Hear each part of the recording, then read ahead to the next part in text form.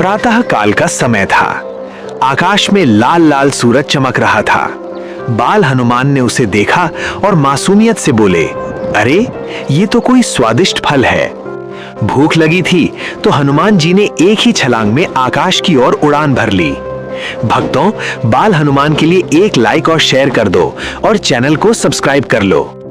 उनकी गति देखकर देवता भी घबरा गए। सूरज ढक गया, धरती पर अंधकार छा गया। तभी इंद्रदेव ने वज्र चलाया। हनुमान जी मूर्छित होकर गिर पड़े। ये देखकर वायुदेव क्रोधित हो उठे और उन्होंने प्राणवायु रोक ली। सारा ब्रह्मांड संकट में आ गया। तब सभी देवताओं ने बाल हनुमान से क्षमा मांगी और उन्हें अद्भुत वरदान दिए। और तभी से हनुमान जी कहलाए अतुलित बल, बुद्धि और भक्ति के प्रतीक। बोलो पवन पुत्र हनुमान की जय।